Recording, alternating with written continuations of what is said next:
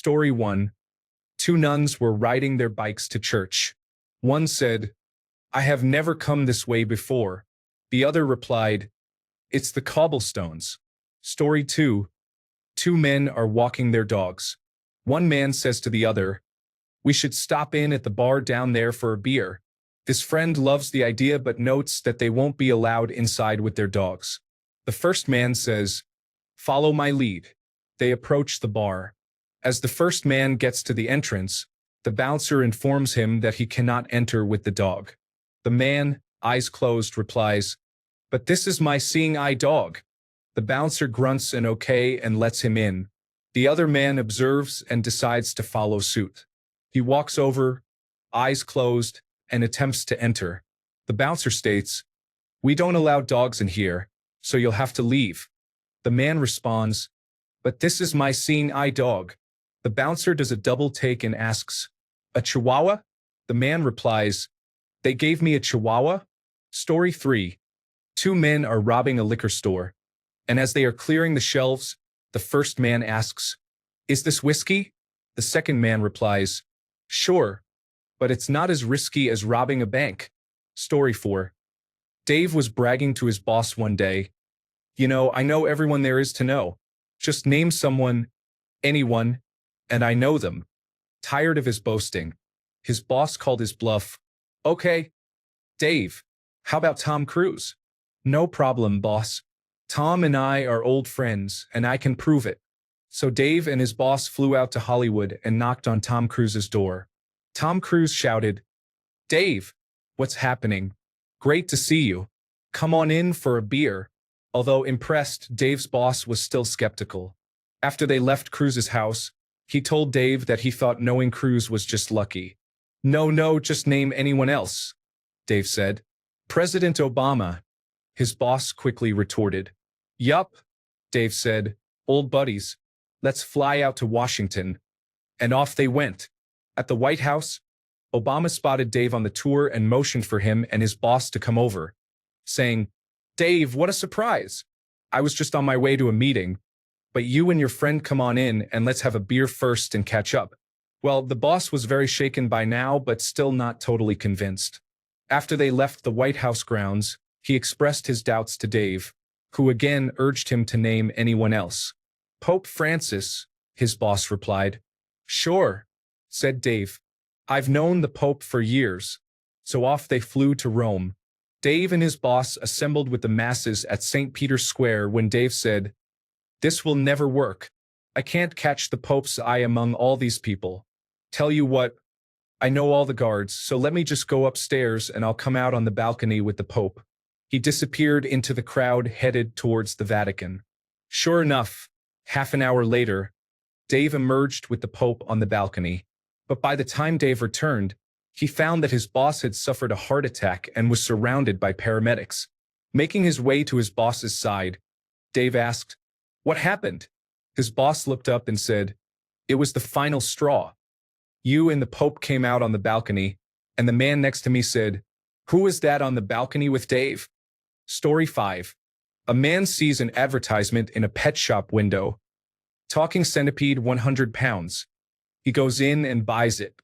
When he gets home, he opens the box and asks the centipede if it wants to go for a beer. The centipede doesn't answer, so he closes the lid, convinced he has been swindled. 30 minutes later, he decides to try again. He raises his voice and shouts, "Do you want to go for a beer?" The centipede pokes its head out of the box and says, "Pipe down. I heard you the first time. I'm putting on my shoes." Story 6. An engineer dies and ends up in hell. Engineers do not usually end up in hell, so the devil was surprised to receive one. Hell is not a pleasant place. The air conditioning is broken, the pool has no water, and everything is dreadful. Over time, the engineer starts to fix things.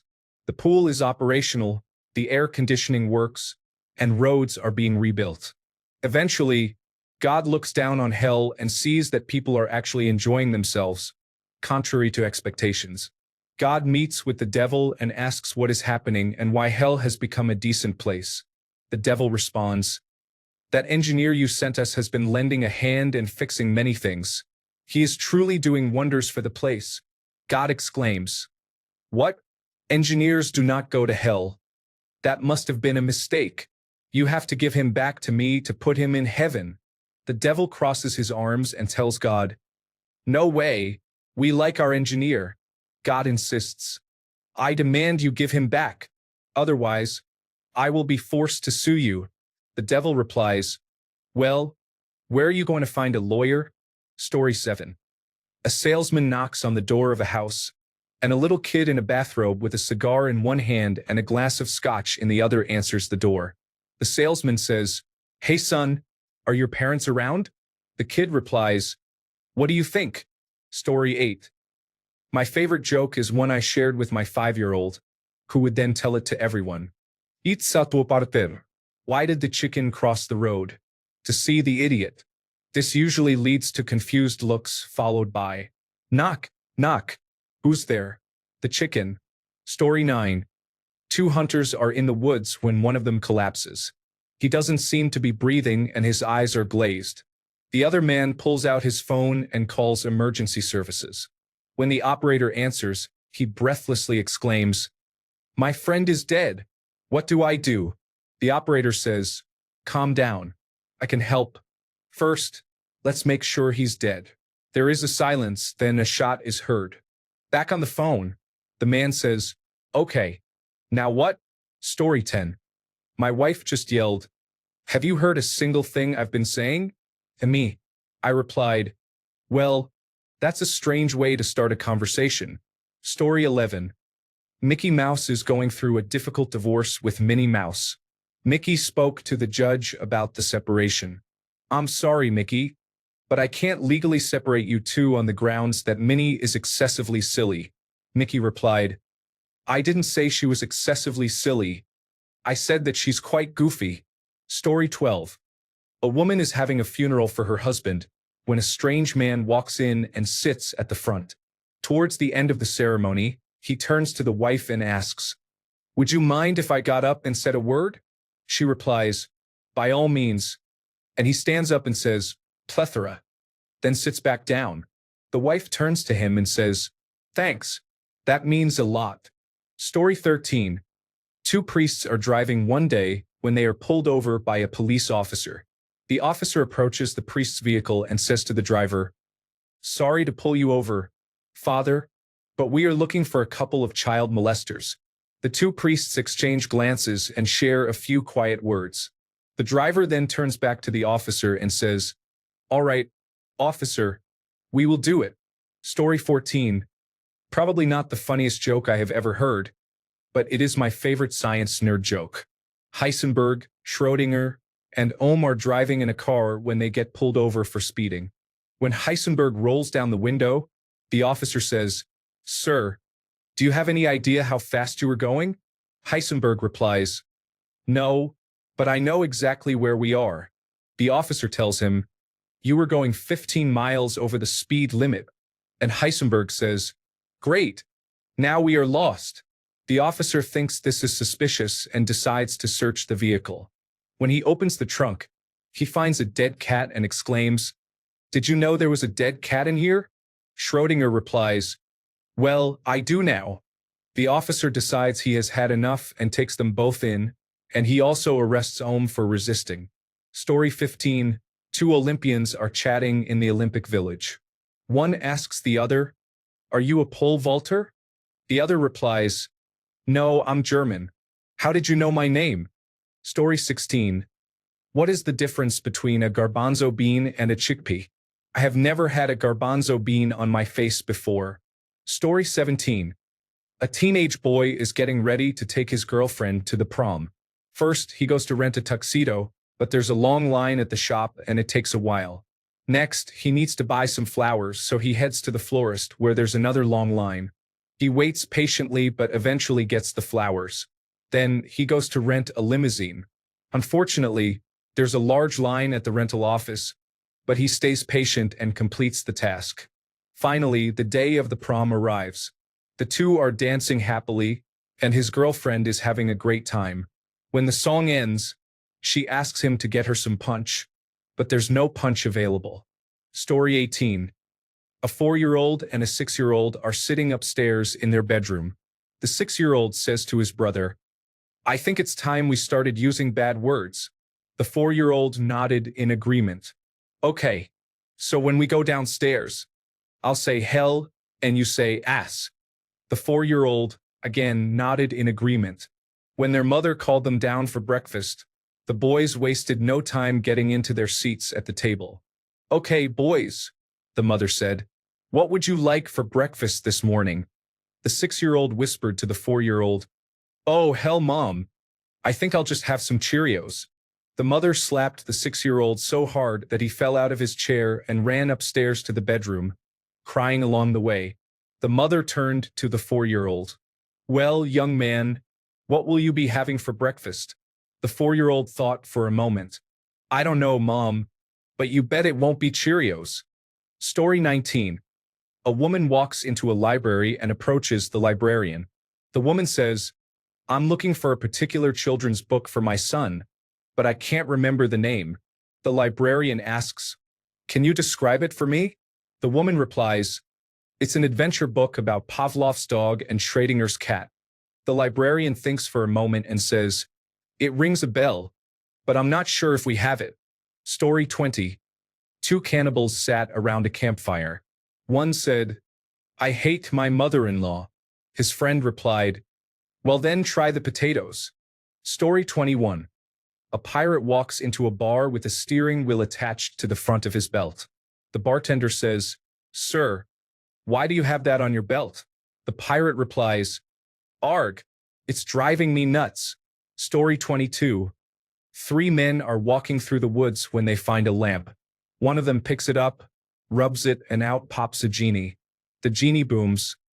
You have finally freed me after all these years, so I will grant each of you 3 wishes. The first man immediately blurts out, I want $1 billion. Poof. He is holding a printout showing his account balance is now $1,003.50. The second man thinks for a moment and says, I want to be the richest man alive.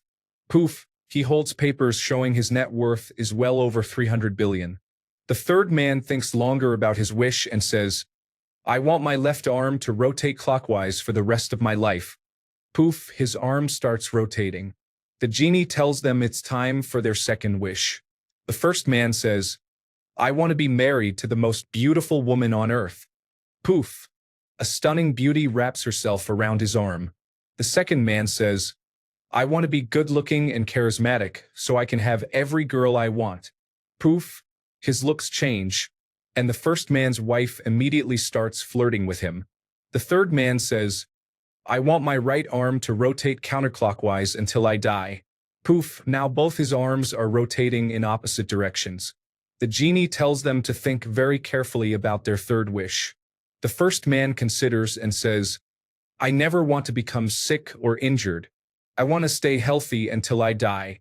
Poof, his complexion improves, his acne disappears, and his knees no longer bother him. The second man says, I never want to grow old. I want to stay 29 forever. Poof, he looks younger already. The third man smiles triumphantly and says, my last wish is for my head to nod back and forth. Poof, he is now nodding his head while still flailing his arms around. The genie wishes them good luck, disappears, and the men soon go their separate ways. Many years later, they meet again and chat about how life has been. The first man is ecstatic. I've invested the money and multiplied it many times over, so my family and I will be among the richest forever. My wife is amazing, and I've never gotten so much as a cold in all these years. The second man smiles and says, I built charities worldwide with a fraction of my wealth. I am still the richest man alive and revered for my good deeds. I haven't aged a day since we last met, and yes, your wife is quite wild. The third man walks in, flailing his arms and nodding his head, and says, guys, I think I messed up. Story 23. A cat and a dog are leading a caravan of pioneers through the old frontier. The cat is in charge of the front wagon, while the dog is responsible for the rear wagon. Story 24. A penguin's car breaks down in the middle of a hot summer day, so he brings it to the walrus at the repair shop. The walrus says he will take a look, but it will take some time to diagnose the issue. The penguin decides to grab an ice cream cone. He finishes his last few licks just as he returns to the shop. The walrus says, "Looks like you blew a seal."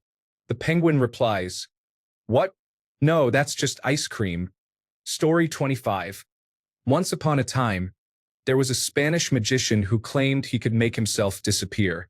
So he began to count 1, 2, and he disappeared without a 3. Story 26. 3 elderly men are sitting on the front porch of a nursing home. One is 70 years old, another is 80, and the third is 90. The first one says, "Gentlemen, I have problems. I'm 70 years old, and every morning I wake up at 7 and urinate. They give me medication for it, but nothing helps." The second replies, "Well, I'm 80 years old, and every morning at 8, I wake up and have a bowel movement. Like you, no medication in the world could help me." Finally, the third one says, "You think you have problems? I'm 90 years old, and every morning at 7 I urinate, at 8 I have a bowel movement, and at 9 I wake up." Story 27. A 12-year-old child learns about politics in school one day. When he gets home, he asks his father about it.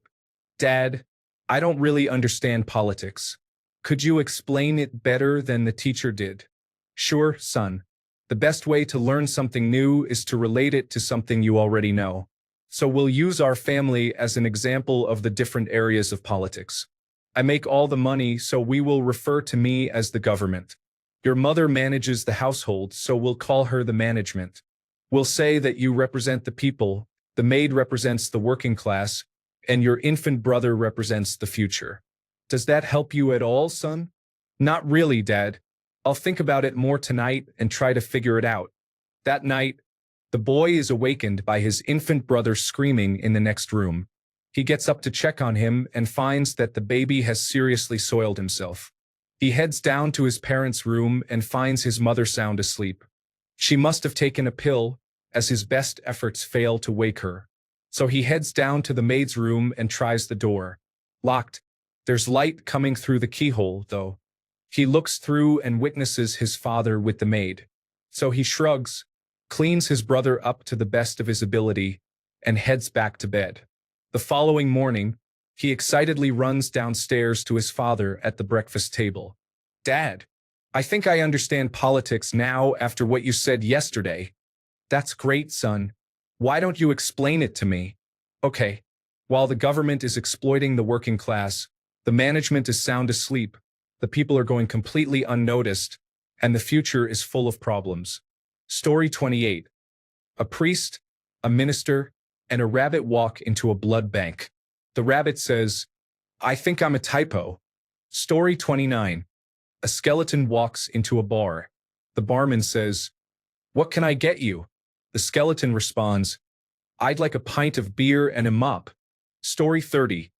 A priest is crossing a square in Rome when he notices 2 beggars sitting next to each other. Behind one is a crucifix, and behind the other is a Star of David. Confused by this, the priest decides to stop and watch them from across the square.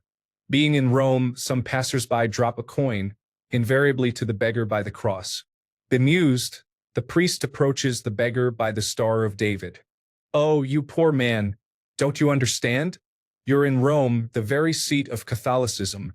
No one is going to give charity to you rather than this fellow with the symbol of our faith. In fact, some might just give to him out of spite." The beggar looked up at the priest and then nudged the beggar next to him. "Hey, Moishi, look at this. A priest who knows marketing better than the Goldstein brothers." Story 31. A single woman moves into her new apartment. After settling in, she decides to go grocery shopping. Since she is single, she only buys one of everything. 1 apple, 1 carton of milk, 1 chicken breast, and so on. When she gets to the cashier, he scans her groceries one by one, looks at her and says, "Ah, you must be single." She blushes and responds, "How can you tell?" He replies, "Because you are unattractive." Story 32. My great-nephew called me to share a joke. He's 5 years old and enjoys calling me to tell me jokes. "What's green?" and says, "I'm a talking frog." the talking frog. He laughed hard and then hung up. I love it when he calls me to share his jokes. Story 33. This is a skit some members of my old Boy Scout troop performed, and I'll do my best to convert it into text. Narrator, it is World War I. The Americans and the Germans are fighting in the trenches. It's intense, with bullets and explosions flying everywhere. But no one can seem to hit anyone. Then the Americans decide to try a new tactic. American 1, hey, I have an idea. You know how many Germans are named Hans? American 2, yeah, why do you ask? American 1, watch this. Loudly, hey Hans. Hans, in the German trench. Stands up, YA? American 2, bang. Hans flops back, wounded. Narrator, wounded but not broken, the Germans retreat. The fighting resumes the next day, and once again no one can land a single shot. American 2, hey, let's try what we did yesterday again. American 1, okay. Hey Hans. Hans. Stands up again. YA? American 2, bang. Narrator. Once again, the Germans are forced to fall back. The next day, the Germans are fed up with losing and decide to use the Americans' tactic against them. Hans. Hey, you know how many Americans are named Joe? German 2, yup. Go for it. Hans. Hey Joe. American 1. I asked that you Hans? Hans. Stands up, YA. American 2. Asterisk bang. Asterisk. Story 34. Two people are walking by a sign on a church that says, Convert to Christianity. Get $100. They both sneer and roll their eyes. One person says, Let me go in and see what all the fuss is about. After 30 minutes, he comes out, and his friend asks, So, did you get the $100? The man replies, Is that all you people think about? Story 35. A man dies and goes to heaven, where St. Peter welcomes him through the gates, revealing a long hallway. The man says, Wait, I thought heaven was a mountain of clouds. Peter replies, Walk with me and you'll see how things are. As they walk, they come across a room and hear a preacher giving a passionate sermon. That's the room for the evangelicals, says Peter. They pass by another room and hear Amazing Grace being sung. That's the room for the Baptists, Peter explains. In the next room, Peter tells the man, Okay, be very quiet and try not to make a sound. They walk by without making noise. The man asks, Who is in there? And Peter replies, That's the room the Catholics are in. The man then asks, Why did we have to be so quiet? Peter answers, They think they're the only ones up here. Story 36. John, Michael, and David went to the king's castle to ask for the hand of his beautiful daughter, Princess Emily. The king instructed them to gather 10 fruits of the same kind and return, after which a challenge would be given. If one of them managed to succeed, the winner would have the right to marry his daughter. The three accepted the king's challenge. Later, John returned with 10 apples. The king explained that the challenge was to insert the 10 fruits and maintain a neutral expression. Failure to do so would result in severe consequences. John attempted the first apple but cried out, resulting in his execution. Next, Michael arrived with 10 grapes. The king reiterated the challenge and its consequences. Michael confidently agreed and easily inserted the fruits one by one. However, he suddenly laughed while attempting the 10th and final grape, leading to his execution as well. John and Michael's souls met in the afterlife. Why did you laugh? You were so close to marrying Princess Emily? John asked.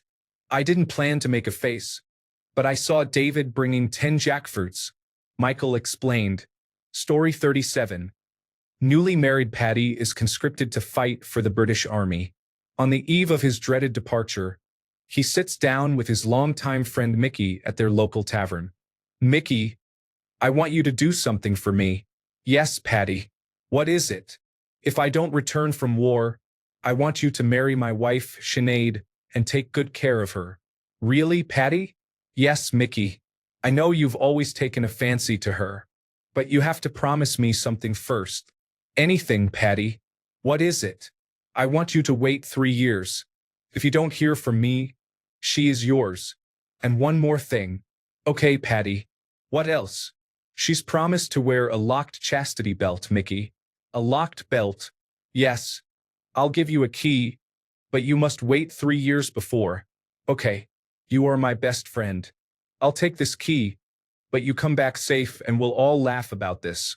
The next day, a teary goodbye occurs as Patty is waved off by his wife Sinead, his best friend Mickey, and his friends and family. He has a 3-day hike to the muster station. After a day's trek, he stops to look back over the valleys he has crossed and begins to reflect on all he is leaving behind and how bleak his future seems. While pondering his fate, he notices something moving quickly on the horizon. After a few minutes, a figure of a man running at speed soon comes into focus, dirt being kicked up into the air as the man heads straight for Patty. He waits and slowly realizes it's none other than Mickey and begins to wave at his friend. Mickey is moving at incredible speed and climbs up to Patty's position in no time at all. Mickey, why have you come? Patty. Mickey struggles to regain his breath. Breathe, Mickey. What is it?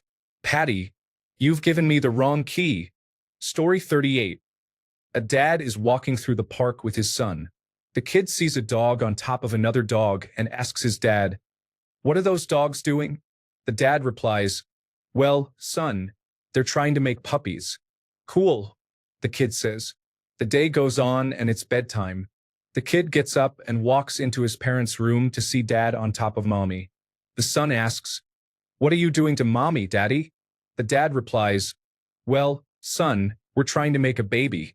The kid says, "Well, turn her over. I'd rather have a puppy." Story 39. So my boss walked in on me at work and yelled, "What are you doing?" I replied, "Well, she was just lying there. It's a medical examination." Anyway, that was my last day as a veterinarian. Story 40. Two nuns are driving down a country lane when, all of a sudden, a vampire jumps out in front of them. "Quick, show him your cross," says Sister Mary. Sister Joan shouts, "Get out of the way, you idiot." Story 41. This isn't the funniest joke ever, but it's the most fun to tell because of how I get to ham it up. It's also better when spoken aloud for obvious reasons. A rope walks into a bar and says, "Hey, bud, I'll have a beer." The bartender looks the rope up and down and says, "Nope, you gotta go. We don't serve ropes here." The rope walks out and paces around. No, he isn't going to take that. He just wants a drink and he's a thirsty rope. The rope walks back in and sits at the bar. "Hey, barkeep, I'll have a beer over here." The bartender stares at him and says, "I told you we don't serve your kind here. Get out." The rope marches out the front door. Now he's angry. He's furious. He reaches up and frantically ties himself into a knot at the top. He means business. He turns right back around and marches back to the bar. "Hey, barkeep, give me a drink." The bartender looks once and then again and says, "Hey, aren't you the same rope I told twice to get out of my bar?" The rope looks the bartender square in the eye and says, "Nope, I'm afraid not." Story 42. From an old Reddit thread. There is a guy in a philosophy class who has noticed that a girl in his class bears a striking resemblance to a famous adult film star. He takes to Reddit to enlist some help in deciding how he should investigate whether she is who he thinks she is. He is toying with the idea of asking her discreetly if he knows her from somewhere else. Another clever Reddit user suggests approaching it from the opposite angle. Reach out to the adult film star's social media accounts and ask if she has a special interest in any particular philosophers. Then strike up a conversation with the girl from class about those philosophers. This will not only verify her identity, but also create an opportunity for a deeper connection due to their shared interest. To which another replies, "Isn't that putting Descartes before the whores?" Story 43. A group of male coworkers play golf every Sunday. One of them is going to be away for a few weeks, and they need a new player to fill his spot. A woman in the office asks if she can join them. "Sure," says one of the men, "but we get started pretty early." "No problem," says the woman. "I'll get there at 8 or 8:30. Sunday comes around, and the woman arrives at 8. She assumes a left-handed stance and aces every hole. The men are so impressed that they invite her back the next week. "I'd love to," she says. "I'll get there at 8 or 8:30. Sunday comes around again, and the woman arrives at 8. This time, she assumes a right-handed stance and again aces every hole. The men are blown away by her skill. One man speaks up. "That was amazing, but how do you know if you're going to play left-handed or right-handed?" "Well," the woman replies, "if I wake up in the morning and my husband's penis hangs to the left, I play left-handed. If it hangs to the right, I play right-handed." Thinking he's being clever, one man asks, "What if your husband's penis is standing straight up?" "Well then, I won't get here until 8:30. Story 44. The doctor is about to perform a prostate exam and says, "It's just a routine medical procedure. Try not to get aroused." The patient replies, "My name's not Steve." The doctor responds, "I know. I'm Steve." Story 45. While shooting fireworks on the 4th of July, a 12-year-old boy no one knew ran up and yelled, "Hey, how do you circumcise a redneck?"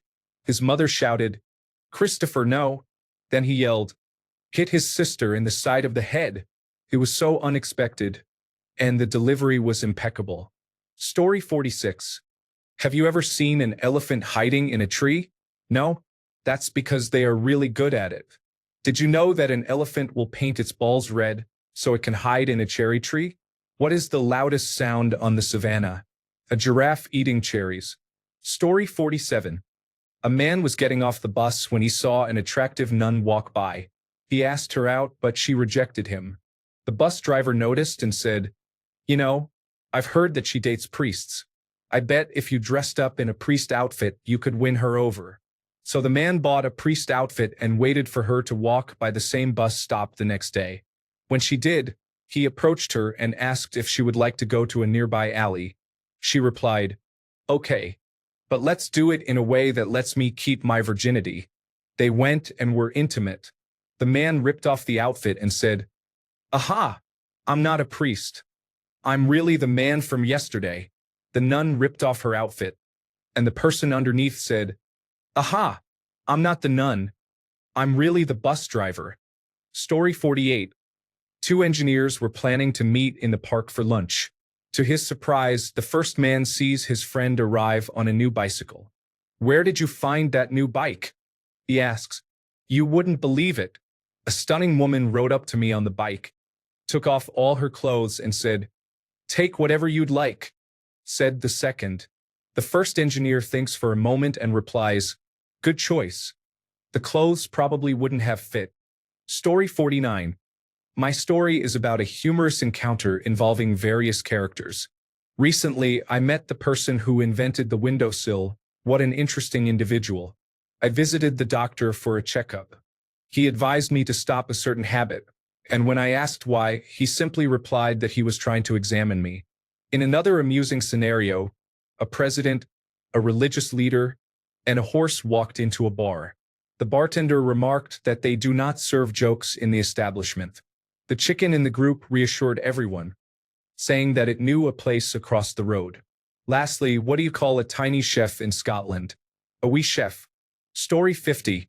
Three elderly men are sitting around the nursing home, telling stories about their most exciting times throughout their lives.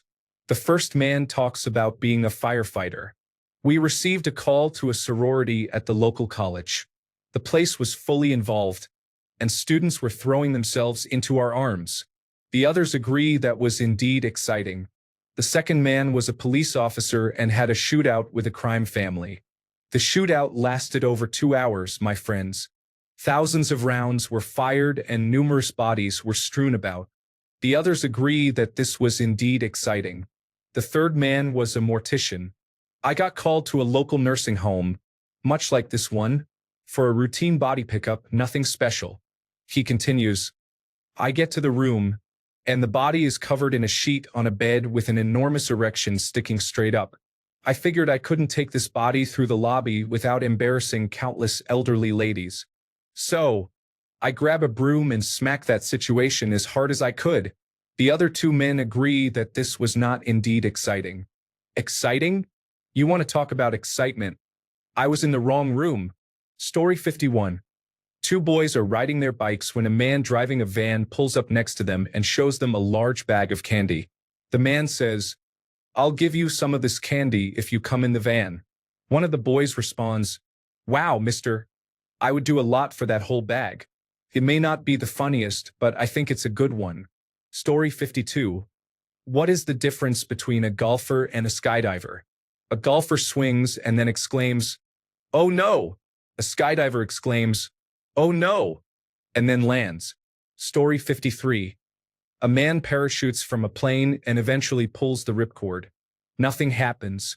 He tries again, but still nothing. Remarkably, he sees another man in midair going in the opposite direction.